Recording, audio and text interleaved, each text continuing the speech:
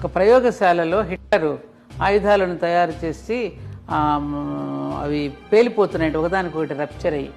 అప్పుడు ఎట్లా ఇది ఎలా మనం దీనికి రెమెడీ ఏమిటి, ఎలా దొరుకుతుందని ఆలోచిస్తే ఎవరో చెప్పారట ఆయనకి, ఫలానా భారతదేశంలో, ఫలానా ఆంధ్రప్రదేశ్లో, ఫలానా రాజమహేంద్రవరంలో వేద పండితులు ఉంటారు, అక్కడికి వెళ్ళి మీరు వాకబు చేస్తే తప్పకుండా మీకు దానికి రెమెడీ దొరుకుతుందని ఎవరో చెప్తే, అప్పుడు పుష్కరాలు జరుగుతున్నాయి రాజమండ్రిలో.